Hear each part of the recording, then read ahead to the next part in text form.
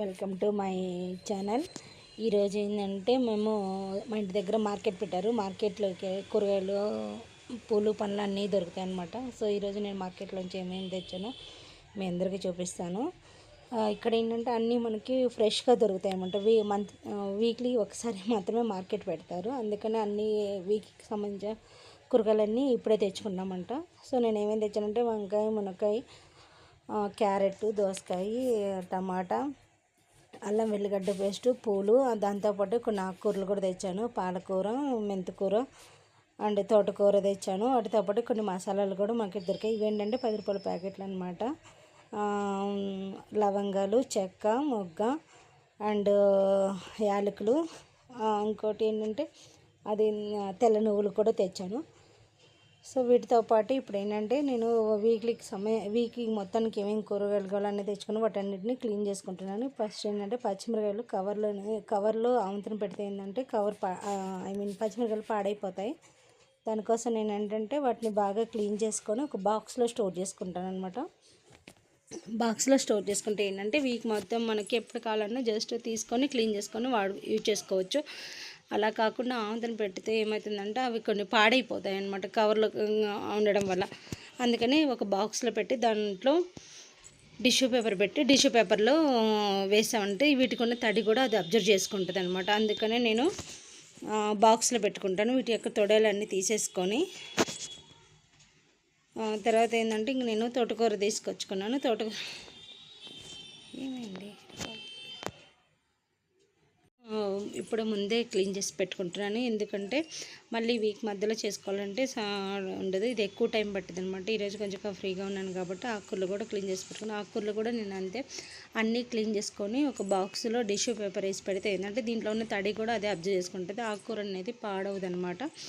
అందుకని అలా చేస్తాను. అలాగే కొత్తిమీర కూడా అంతేనమాట. కొత్తిమీర కూడా తీసుకున్నాం. కొత్తిమీర ఏంటంటే మనకి రోజు అన్ని కూరలలో వాడుకుంటూనే ఉంటాం కాబట్టి అది కూడా అంతేనమాట. కొత్తిమీర కూడా బాక్స్లో పెట్టుకుంటే ఏంటంటే ఎక్కువ ఉంటుంది. దీన్ని కూడా ఇట్లా బాక్స్లో టిష్యూ పేపర్ వేసి పెట్టుకుంటే ఏంటంటే దానికి ఉన్న తడి మొత్తం అది అబ్జర్వ్ చేసుకొని పాడవదు అనమాట. బాక్స్లో పెడితే కవర్లో పెడితే కూడా పాడవదు. కాకపోతే ఏంటంటే కొన్నిసార్లు ఏంటంటే తడి ఉండడం వల్ల దానికి ఎటు నుంచి గాలి అట్లా ఆ తడిని ఎటు నుంచి అబ్జర్వ్ చేసుకోదు కాబట్టి తొందరగా పాడైపోతుంది అనమాట. ఇది దానికోసం నేను ఏంటంటే ఇట్లా బాక్స్లో పెడితే ఏంటంటే బాక్స్లో పెట్టినప్పుడు కొంచెం పాడవు అనమాట. నీట్గా అలాగే ఉంటాయి. అది కాక తడి ఏదైనా లోపల ఆల్రెడీ మనం ఒక పేపర్ వేసి ఉంటాం కాబట్టి ఆ పేపర్తో ఈ తడి మొత్తాన్ని అబ్జర్వ్ చేసుకుంటూ వెళ్ళిపోతుంది అనమాట. అందుకని ప్రతి బాక్స్లో నేను కంపల్సరీ టిష్యూ పేపర్ అనేది యాడ్ చేస్తూ వెళ్తానమాట. ఇట్లా అన్నీ ఏ కూరగాయలైనా సరే నేను బాక్సుల్లోనే పెడతాను. దేన్ని విడిగా పెట్టాను అనమాట. బాక్స్లో పెడితే ఏంటంటే ఏ బాక్స్లో ఉన్నా కానీ మనకి పాడవకుండా నీట్గా ఉంటాయి. అది కాక దేంట్లో ఏది ఉందనేది మనకి ఈజీగా తెలిసిపోతుంది అనమాట. అందుకని ప్రతిదీ నేను బాక్స్లోనే పెట్టేసి స్టోర్ చేసుకుంటాను. దీంతోపాటు ఇట్లా కూరలు కట్ చేసుకుంటాను. మా అబ్బాయికి డ్రాయింగ్ కూడా ఇక్కడ వేపిస్తాను. తన డ్రాయింగ్ అన్నీ అయిపోయినాయి అంటే వచ్చి నాకు హెల్ప్ చేస్తున్నాడు అనమాట. బాక్సుల్లో వేయడం వల్ల ఏంటంటే నీట్గా ఉంటాయన్నమాట. ఏ బాక్స్లో ఏంటని అన్నీ తెలిసిపోతాయి. దీంతోపాటు ఇది మెంతి కూర కూడా నేను అలాగే చిన్నగా చేసుకొని అన్ని బాక్సుల్లో స్టోర్ చేసేసుకుంటున్నాను అనమాట. మళ్ళీ వర్క్ డేస్లో చేయాలంటే కొంచెం టైం పట్టిద్ది అనమాట. అందుకని ఇప్పుడు మనం కూర తొందరగా చేయాలనుకో ఆల్రెడీ అన్నీ క్లీన్ చేసి పెట్టుకుంటే చేయడం అనేది చాలా ఈజీగా ఉంటుంది అనమాట. అందుకోసమే నేను తెచ్చిన రోజు అన్నీ క్లీన్ చేసుకొని ఏ బాక్స్లో ఏది అనేది అన్నీ సర్ది పెట్టుకుంటాను. వీక్లీకి కూడా ఎన్ని కూరగాయలు ఏంటనేది ముందే అనుకొని అన్నీ మాత్రమే తీసుకొచ్చుకుంటాను. మాకేంటంటే వారానికి ఒక్కసారే మార్కెట్ ఉంటుంది. అందుకని మాకు ఇప్పుడు ఇవేంటంటే ఉల్లిపార కూడా ఏంటంటే బాగుంటుంది ఉల్లిపార కూడా. సో అందుకని వాటిని కూడా మంచిగా క్లీన్ చేసి పెడుతున్నాను అనమాట. అంటే ఆవంతను పెడితే ఏంటంటే ఫ్రిడ్జ్లో అవి ఆకులు అనేది కొంచెం పాడైపోతున్నాయి. అందుకని వీటికి మంచిగా క్లీన్ చేసి పెట్టుకుంటే మనం వండుకునేటప్పుడు జస్ట్ క్లీన్ చేసుకొని పెట్టేసుకుంటే వాడేసుకోవడం ఈజీ అనమాట. అందుకోసమే నేను ఇలా చేస్తూ ఉంటాను. ఇది కూడా అంతే అన్నీ కట్ చేసుకొని చిన్న ముక్కలు చేసేసుకొని ఒక బాక్స్లో స్టోర్ చేసేసుకుంటారు. మనం వాడుకోవాలనుకున్నప్పుడు ఎంత కావాలో అంత కొంచెం తీసుకొని వాడుకోవచ్చు. లేదా ఏదైనా కర్రీ చేసుకున్నా ఇది ఉల్లిపాయతో అయితే ఎగ్ కర్రీ బాగా చేస్తారనమాట. ఎక్కువ ఉల్లిపాయ ఎగ్ పొరనే చేస్తాను. లేకపోతే ఇంకా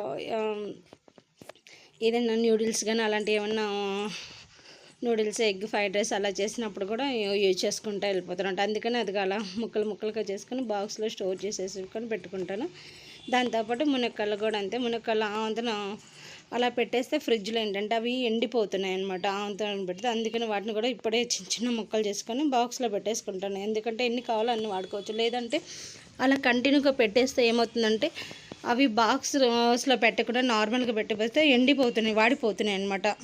దాంట్లో ఉన్న వాటర్ లాగా ఉంటాయి కదా, అదంతా అబ్జర్వ్ చేసేసుకొని డ్రై అయిపోతున్నాయి. కంప్లీట్గా డ్రై అయిపోవడం వల్ల ఏంటంటే మనం కూరలో వేసినప్పుడు కూడా అంత టేస్ట్ ఏమి అనిపించట్లేదు అనమాట. అందుకని ముందే ఇంకా తెచ్చినప్పుడే ఇట్లా ముక్కలు చిన్న చిన్న ముక్కలు నాకు ఎంత కావాలో అంత ముక్కలు చేసుకొని అలా పెట్టేసుకుంటాను అనమాట. అలా పెట్టేసుకోవడం వల్ల ఏంటంటే ఇది డ్రై అవ్వకుండా ఉంటాయి. మనం 1 వీక్ తర్వాత కూడా వాడుకోవచ్చు అనమాట.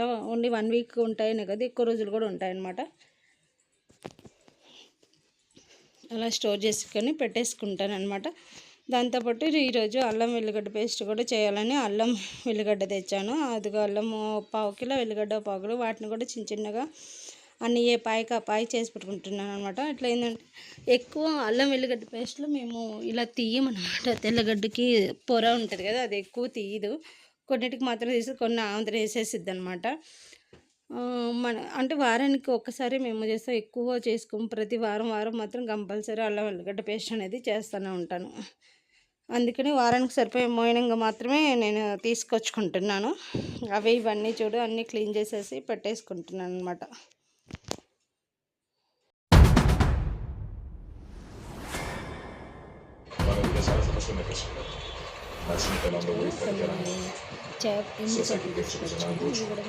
Thank you.